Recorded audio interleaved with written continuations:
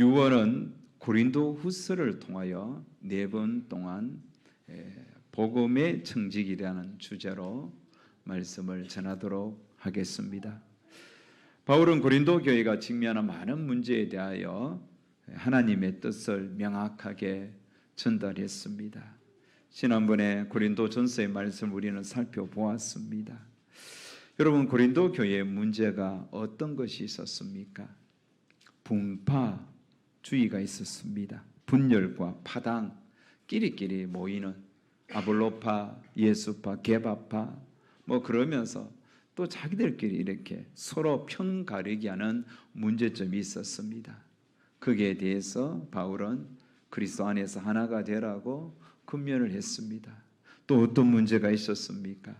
결혼과 이혼과 또 이런 재혼, 이런 결혼 문제에 대한 내용에 대한 또 바울의 권면도 있었습니다. 성찬 문제도 있었습니다. 은사 문제도 있었습니다. 부활에 대한 오해도 있었습니다. 더 나아가 바울의 사도직에 대한 공격도 있었습니다. 이런 다양한 문제에 대하여 바울은 하나님의 말씀으로 권면하며 또 하나님께서 원하시는 뜻을 명확하게 선포했습니다. 고린도 교회 성도들은 바울의 권면을 듣고 돌이켰습니다. 회개했습니다. 특별히 음행 문제를 저질렀던 그 사람은 회개하고 주님 앞에 돌아왔지요. 그래서 바울은 그를 용서해 주라고 고린도후서에 말씀하기도 했습니다. 이렇게 바울은 고린도전서를 통하여 그 교회의 문제들을 조목조목 지적하면서 하나님의 뜻대로 처방전을 내려주었고, 또 그 고린도 교회 성도들은 바울의 권면을 듣고 돌이켰습니다. 그것을 바울이 어떻게 알았습니까? 디도라는 사람이 고린도 교회의 소식을 들고 왔습니다. 디도가 전해주는 고린도 교회의 소식을 들었을 때 바울은 너무 기뻤습니다. 그래서 고린도후서 9장 7장 9절을 보면 이렇게 말씀합니다. 내가 지금 기뻐함은 너희로 근심하게 한 까닭이 아니요 도리어 너희가 근심함으로 회개함에 이런 까닭이라. 바울은 고린도 교회 성도들이 자신의 권면을 듣고 회개했기 때문에, 돌이켰기 때문에 정말 기쁜 거예요. 저도 바울의 심정이 이해됩니다. 주의 말씀으로 권면했는데 돌이켰을 때 너무 기쁘고 즐거운 것이죠. 그래서 바울은 고린도 교회 성도들이 죄를 회개하고 더 단단한 믿음의 사람으로 세워지기를 소망하면서 다시 편지를 썼습니다. 그게 고린도후서입니다. 사실 고린도 교회를 바울이 떠나온 이후에 고린도 교회에 남아있는 성도들은 계속해서 거짓 형제들의 공격을 받았습니다. 거짓 형제들은 바울의 사도직에 대하여 공격했습니다. 바울은 예수님을 만나지 않았다는 것이죠. 그래서 그가 전하는 복음도 헛된 것이다라고 계속 바울을 공격했던 겁니다. 그러다 보니까 바울이 세운 그 고린도 교회의 성도들의 신앙이 조금씩 흔들렸던 겁니다. 그리고 그 고린도 교회의 성도들이 또 거짓 형제들, 또 당대의 그 로마가 세계를 지배하던 그 시대에 이 모양 저 모양 많은 고난과 환난을 받았습니다. 그래서 바울은 고린도후서 2번째 편지를 쓰면서 1장에 보면 가장 많이 등장하는 단어가 뭐냐면 위로라는 단어입니다. 바울은 먼저 그들을 위로하고 있습니다. 고린도후서 1장 6절에서 7절 보면 우리가 환난 당하는 것도 너희가 위로와 구원을 받게 하려는 것이요 우리가 위로를 받는 것도 너희가 위로를 받게 하려는 것이니 이 위로가 너희 속에 역사여 우리가 받는 것 같은 고난을 너희도 견디게 하느니라. 너희를 위한 우리의 소망이 견고함은 너희가 고난에 참여하는 자 된 것 같이 위로에도 그러할 줄 알미라. 보십시오. 계속 위로를 말씀하고 있습니다. 바울은 자신이 주님을 만난 이후에 많은 환난과 고난을 받았습니다. 하지만 하나님을 의지하면서 그 고난을 이겨냈습니다. 고난을 이겨내는 과정 속에서 하나님의 위로가 그에게 임했습니다. 그러기에 지금 자신처럼 고난 중에 있는 그 고린도 교회 성도들을 위로하면서 환난과 또 어려움을 견뎌내라고, 또 견뎌낼 수 있다고 말씀하고 있는 겁니다. 오늘 본문은 바울이 고린도 교회 성도들이 어떤 고난을 만나도 능히 견딜 수 있도록 위로의 메시지로 가득 찹니다. 뿐만 아니라 이 말씀은 오늘 크리스찬으로, 그리스도인으로 살아가는 저와 여러분이 받아야 할 말씀입니다. 우리도 여전히 예수 믿는 것 때문에, 그리스도인이라는 것 때문에 애매한 오해도 받고 불의도 당하고 억울한 일도 당하고 정말 속상한 일도 세상으로부터 당합니다. 직장으로부터 당합니다. 믿지 않는 사람들로부터 당하기도 합니다. 그런 우리에게 오늘 이 말씀은 새 힘과 용기를 줄 것입니다. 바울은 먼저 고린도 교회 성도들에게 성도가 무엇인지, 성도에 대한 정의를 분명히 하고 있습니다. 우리는 성도라고 이야기하면 구별된 무리라고 알고 있습니다. 그렇습니다. 구별된 무리지만 바울은 고린도 교회에 성도에 대한 새로운 정의를 내려주고 있습니다. 성도란 무엇입니까? 성도는 법에 담은 질그릇입니다. 본문 7절에 보면 우리가 이 보배를 질그릇에 가졌으니 이는 심히 큰 능력은 하나님께 있고 우리에게 있지 아니함을 알게 하려 함이라.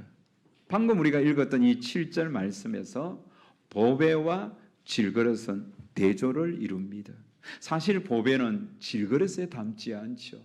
오히려 비단 천에 꽁꽁 싸매어서 또 깊은 금고에 넣어두거나 은밀한 곳에 넣어두고 아무도 알지 못하게 하는 것이 보배인 것입니다. 하지만 하나님은 이 보배를 질그릇에 담았다고 합니다. 질그릇은 여러분 아주 연약합니다. 깨어지기 쉽습니다. 그렇다면 이 보배와 질그릇, 이것은 무엇을 이야기합니까? 여러분, 질그릇은 바로 우리를 뜻합니다. 연약한 우리 성도를 뜻합니다. 저와 여러분이 흙으로 만들어졌기에 우리는 깨어지기 쉬운 질그릇입니다. 그런데 이런 우리 속에 보배가 담겼습니다. 보배는 무엇이죠? 예수님이십니다. 예수님이 보배입니다. 예수님은 생명의 빛입니다. 그 빛이 질그릇인 우리 속에 비추었습니다. 오늘 본문 6절 말씀을 보십시오.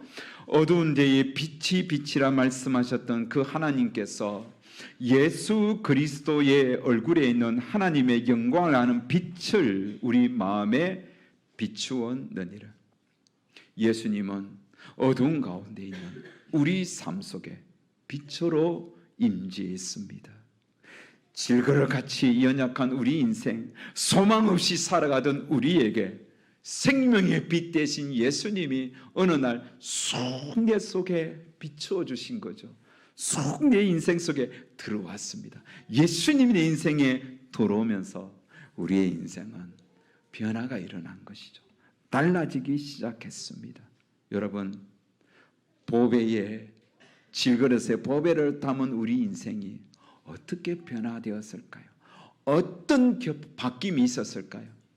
바울은 이 본문의 말씀을 통하여 질그릇에 보배를 담은 그리스도의 인생, 고린도 교회 성도들의 인생과 오늘 이 말씀을 듣는 우리의 인생이 어떻게 달라지고 있는지 세 가지 관점에서 말씀합니다. 첫 번째로 질그릇에 보배를 담은 자들은 예수의 생명이 몸에 나타나기 시작합니다.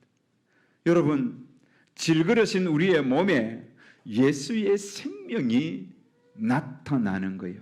본문 10절 말씀에 보면 우리가 항상 예수의 죽음을 몸에 짊어짐은 예수의 생명이 또한 우리 몸에 나타나게 하려 함이라. 그렇습니다. 질그릇인 우리 연약한 인생 가운데 예수님이 오셨고 보배 되신 예수님의 빛이 우리의 삶에 비춰 주실 때 우리 삶에 생명이 꿈틀거리는 거예요. 예수님의 생명이 나타나기 시작하는 거예요. 예수님의 생명이 어떤 식으로 나타납니까? 사방으로 나를 우겨 사는 그런 우겨 쌓임을 당하는 가운데서도 예수의 생명이 쌓이지 않게 했던 겁니다. 여기서 우겨삼을 당한다는 말은 포도를 이렇게 쥐어 짜면서 즙을 만들 때에 쓰는 용어입니다.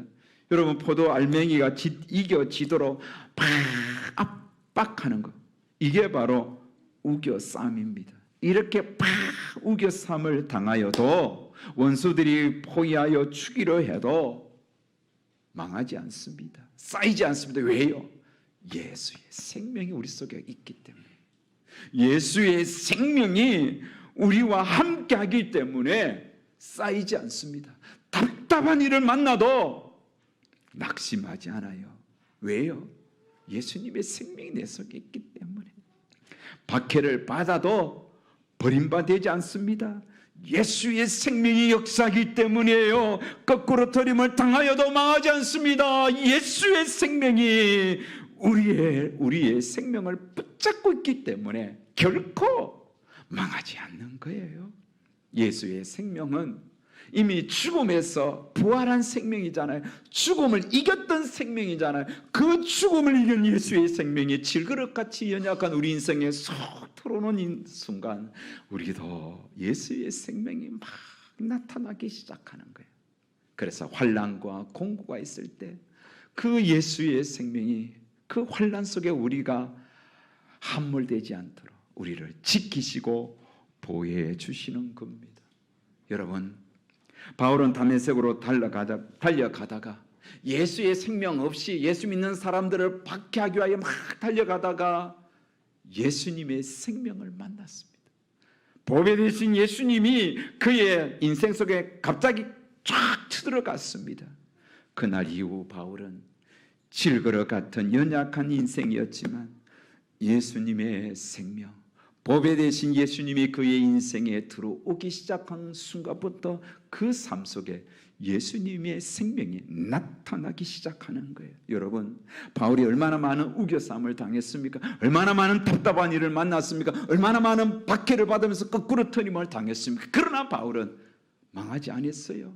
낙심하지 않았어요. 쌓이지 않았어요. 그가 당한 고난에 대하여 고린도후서 11장 23절에서 27절은 소개합니다. 내가 수고를 넘치도록 하고 옥에 갇히기도 더 많이 하고 매도 수없이 맞고 여러 번 죽을 뻔하였으니 유대인들에게 40에서 하나 감암매를 5번 맞았으면 3번 태장으로 맞고 1번 돌로 맞고 1번 파선 3번 파선하고 일주야를 깊은 바다에서 지냈으며 여러 번 여행하면서 강의 위험, 강도의 위험, 동족의 위험, 이방인의 위험, 시내의 위험, 광야의 위험, 바다의 위험, 거짓 형제 중에 위협을 당하고 또 수고하며 애쓰고 여러 번 자지 못하고 줄이며 목마르고 여러 번 굶고 춥고 헐벗은 보십시오. 얼마나 많은 고난을 받았습니까? 얼마나 많은 우겨쌈을 당하고 얼마나 많은 박해를 받았습니까? 하지만 예수의 생명이 그 속에 있으니까 꺾이지 않는 거예요. 낙심하지 않는 거예요. 이런 강력한 우겨쌈을 당하여도 그는 답답한 이런 일을 만나도 넘어지지 않았습니다. 도리어 바울은 자신의 약함을 자랑했습니다. 그래서 11장 30절에 보면 내가 부덕불 자랑할진대 내가 약한 것을 자랑하노라. 여러분, 약한 것이 뭐가 자랑거리입니까? 하지만 예수의 생명이 내 속에 있으니까 그런 약함 속에서도 주님을 자랑할 수 있는 거죠. 내 약한 것이 오히려 하나님의 은혜였다고 고백할 수 있는 겁니다. 여러분, 우리도 마찬가지. 여러분 속에 예수의 생명이 담겨 있습니까? 예수님의 생명이 담겨 있다면 여러분의 인생에 우겨삼을 당하고 거꾸로 트림을 당하고 내 뜻대로 내가 생각했던 대로 내 인생이 사라지지 않는다 할지라도 낙심하지 마세요. 좌절하지 마세요. 한숨 쓰지 마십시오. 예수님이 여러분의 삶을 생명력 있게 인도해 가실 것입니다. 여러분, 무엇이 두렵고 겁납니까? 생명 되신 예수님이 우리 삶 속에 나타나기 시작했으니 그 주님이 여러분에게 힘 주시고 능력 주십니다. 부활의 주님이, 영원히 살아계신 주님이 우리 삶에 나타나는 거예요. 그게 우리의 간증이 될 거예요. 지난 세월 예수님이 내 삶 속에 들어와서 함께 살아왔던 40년의 시간을 이렇게 돌아보니 생명의 주님이 내 인생을 꿈틀거리게 하고 내 인생을 역동적으로 지금까지 살아오게 한 겁니다. 질거 같은 연약한 인생이지만 내 속에 생명의 주님이 와서 생명을 나타내 주신 것이 얼마나 큰 은혜인지 요즘 들어 더 많이 새삼 느낍니다. 예수의 생명은 내 생 다하는 그날까지 계속 나타날 것입니다. 여러분의 삶 속에 예수의 생명이 나타날 줄 믿습니다. 두 번째로 질그릇에 보배가 담기며 어떤 현상이 일어납니까? 영혼을 바라보며 살아갑니다. 보배를 담은 성도는 이 세상에 국한하지 않습니다. 이 세상만 바라보지 않습니다. 영원한 세계를 바라봅니다. 지극히 크고 영원한 영광을 바라보는 거예요. 그래서 오늘 본문 18절 우리 다 같이 한번 읽겠습니다. 시작. 우리가 주목하는 것은 보이는 것이 아니요 보이지 않는 것이니 보이는 것은 잠깐이요 보이지 않는 것은 영원함이라. 그렇습니다. 우리는 보이는 세상에 올인하지 않습니다. 도리어 보이지 않는 영원한 세계를 바라보면서 그 영원한 세계를 날마다 사모하는 것이 질그릇 안에 보배가 담긴 이들의 삶의 특징입니다. 여러분, 세상에는 육신의 정욕이 가득합니다. 안목의 정욕이 가득하고 자랑거리가 많은 곳입니다. 물질을 자랑하고 명예를 자랑하고 또 자신의 이 아름다움을 자랑하고 육체의 건강미를 자랑하고 또 자신의 직장을 자랑하고 소득을 자랑하고 자식을 자랑하고 그렇게 자랑거리가 가득한 곳입니다. 하지만 여러분, 이런 자랑거리, 세상의 자랑거리가 시간이 지나면 지날수록 점점 사라지는 거예요. 부도 사라지고 미모도 사라지고 직장도 다 떠나가고 자식도 떠나가고. 여러분, 정말 세월이 흐르면 흐를수록 내가 그렇게 자랑스러웠던 것들이 끝까지 자랑으로 남아있는 것이 이 세상에는 얼마나 되겠습니까? 다 사라지는 겁니다. 하지만 여러분, 사라지지 않는 것은 영원한 세계, 하나님의 나라입니다. 내가 주님을 만났을 때 보였던 하나님의 나라는 시간이 지나면 지날수록 더 선명하고 더 또렷하고 더 명확합니다. 저 영원한 하나님의 나라, 영원의 세계는 우리 주님이 주인이시고 주님이 계시고 우리보다 먼저 하나님 앞에 간 믿음의 선배들, 우리의 가족들, 우리 부모 형제들이 그곳에서 주님과 함께 영원히 안식하는 그 세계, 예수의 생명이 내 속에 오면 그 세계를 바라보면서 살아가게 됩니다. 어느 날 요한이 영원한 세계를 보았습니다. 그 세계는 너무 크고 영화로웠습니다. 로마 황제가 자신의 그 보좌에 앉아서 기독교인을 박해하고 많은 악을 행할 때에 바로가 앉은, 로마 황제가 앉았던 그 황제의 보좌가 그렇게 위대하고 높은 줄 알았는데 영원한 하나님의 세계, 환상 중에 하늘 보좌를 보았을 때 로마 황제의 보좌는 아무것도 아니에요. 비교조차도 할 수 없는 너무나 유치한 그런 보좌일 뿐이었던 겁니다. 그래서 비록 자신은 박해를 받아 밤모였음에 유배당했지만 하나님께서 그의 눈을 열어서 영원한 세계를 바라본 순간 요한은 탐식하면서 감격어려서 이렇게 말을 합니다. 요한계시록 4장 2절 3절에 보면 내가 곧 성령에 감동되었더니 보라 하늘의 보좌를 베풀었고 그 보좌 위에 앉으신 이가 있는데 앉으신 이의 모양이 벽옥과 홍보석 같고 또 무지개가 있어 보좌에 둘렸는데 그 모양이 녹보석 같더라. 녹보석 같더라. 빛나고 높은 보좌와 그 위에 앉으신 주 예수 얼굴 영광이 해같이 빛나래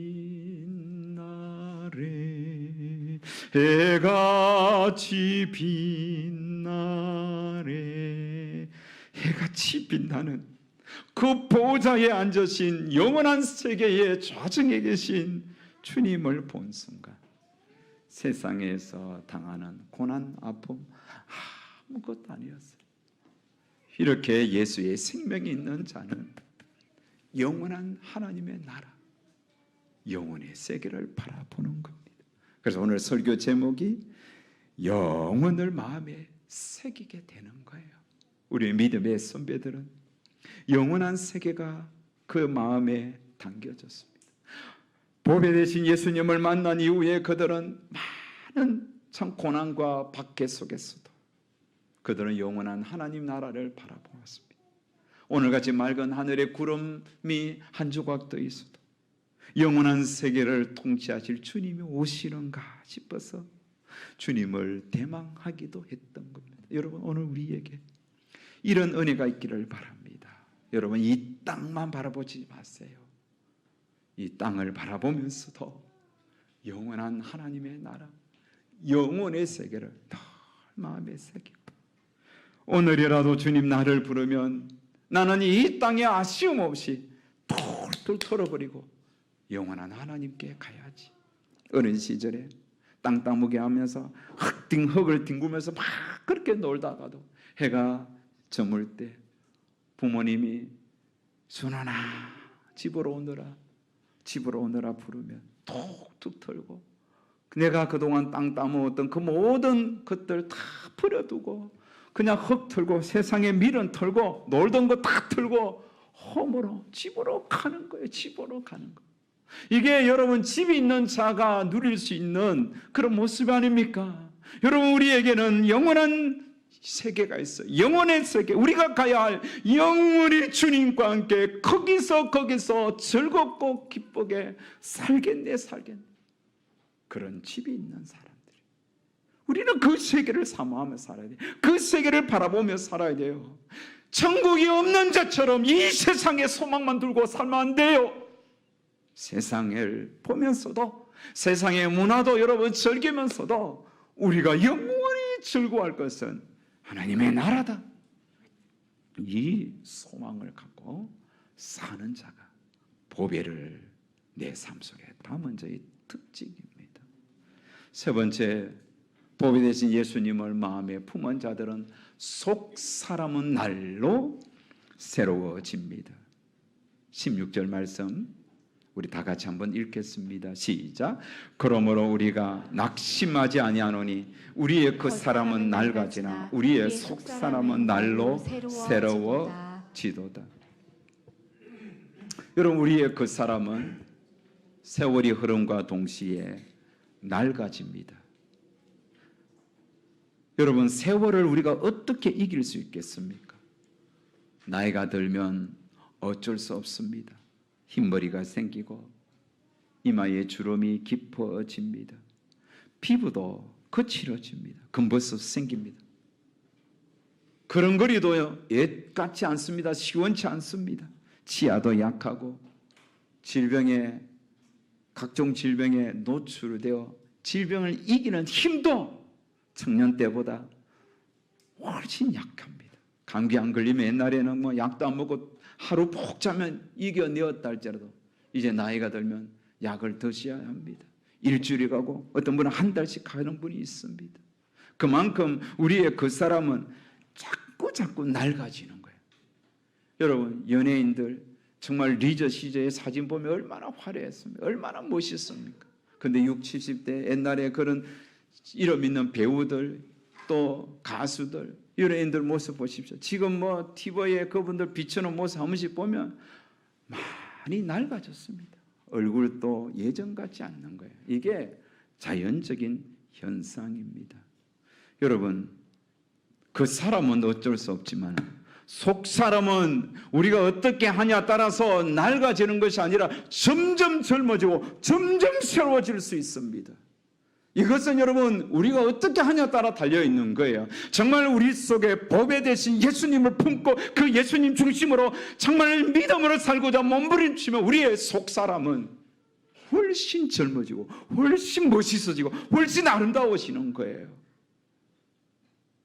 저는 목요일 늦은 오후에 여기 호신전원교회 마실 갑니다. 우리 목사님 9분이 그날은 교회 일 좀 일찍 마무리하고 늦은 오후쯤 이렇게 모입니다. 모이면 또 이렇게 운동도 1시간 하고 또 식사하고 그 후에는 모여서 기타를 치면서 찬양하고 기도하고 또 설교 나누고 그렇게 합니다. 지지난주 우리가 9분 목사님 모여서 우리가 한 주 동안 하나님 앞에 감사의 제목을 쭉 나누었습니다. 그때 저는 사고가 나서 그 사고 난 이야기 그런 속에서 나는 지금까지 그렇게 졸음운전 많이 했는데도 사고 안 나고 살짝 거기서 지하 주차장에 나서 감사했다고. 그리고 우리 청년들이 스승의 주의를 하고 감사패 받았다고. 이러니까 감사패 받는 목사님 어디 있냐고. 바로 밥 사라고. 그래서 그날 밥 샀어요. 그러면서 이렇게 감사 이야기 했는데요. 어떤 목사님, 그분은 이제 60대 후반입니다. 이제 내년에 은퇴를 앞두고 있는 감리교 목사님인데 이런 감사를 하더라고요. 어떤 감사냐면 나는 늙어짐이 은혜입니다. 나이가 들면서 몸도 약해지고 또 이렇게 걸음걸이도 약해지고 모든 것이 예전 같지 않지만 젊었을 때 보지 못했던 은혜가 있더라는 거죠. 나이가 들면서 이전에 내가 깨닫지 못했던 그런 진리도 깨달아지고 그래서 내가 이렇게 젊은이로 돌아가라면 안 돌아간대요. 왜? 이렇게 늙어진 상태에서도 하나님께서 깨닫게 해주시는 은혜가 얼마나 깊은지 늙어지는 것이 은혜라는 거예요. 정말 도전이 되었습니다. 여러분, 김형석 교수님은 100세의 은혜라는 책을 냈잖아요. 100세를 살아도 그것이 은혜라고 말하는 겁니다. 그러면서 속 사람이 날로 새로워지는 좋은 선배님을 보게 되었다는 느낌을 받습니다. 종종 우리 교회 오셔서 말씀 전하시는 토론토에 계시는 김경진 목사님, 오늘 새벽에도 저한테 카톡이 왔습니다. 카톡의 내용은 자기는 여전히 매일, 그분 77세입니다. 매일 새벽에 양복 입고 새벽 기도 가서 기도한다는 거예요. 매주 설교 한 편을 준비한다는 거예요. 매일 예인교회와 저를 위하여 기도한다는 거예요. 그러면서 자기가 설교 준비한 것을 하나님 꼭 쓰여지게 한다는 거예요. 그러면서 올 10월에 한국에 가고 싶다. 올 가을에 자기 가서 말씀 전할 수 있는, 부흥할 수 있는 교회를 소개해달라고. 여러분, 7세 된 어르신을 소개하는 게 쉽지 않습니다. 하지만 그분이 가서 설교하는 교회들은 다 은혜로워요. 성도들이 좋아해요. 여러분, 그 목사님을 보면서 제가 느끼는 것은 그분의 열정. 이한 나이는 점점 많아지고 몸은 약해지지만 그의 속사람은 날로 강건해지구나. 정말 저 속사람은 갈렙처럼 여러분 늙지 않는구나. 속사람이 저렇게 강건해지구나. 그걸 느껴요. 사랑하는 여러분, 우리는 늙어지는 것, 몸이 육신이 낡아지는 것은 자연의 섭리입니다. 하지만 우리 속 사람은 우리 속에 보배 대신 예수님이 담겨 있잖아요. 그러면 새로워지는 거예요. 그래서 나이 들수록 더 예배 생활 하셔야 돼요. 더 기도 생활 하셔야 돼요. 더 성경 읽어야 돼요. 더 성경 들어야 돼요. 난 오늘 백을두 집사님 성경 필사본을 전해드리면서 깊은 감동이 왔어요. 청년도 아니에요. 또 장년도 아니에요.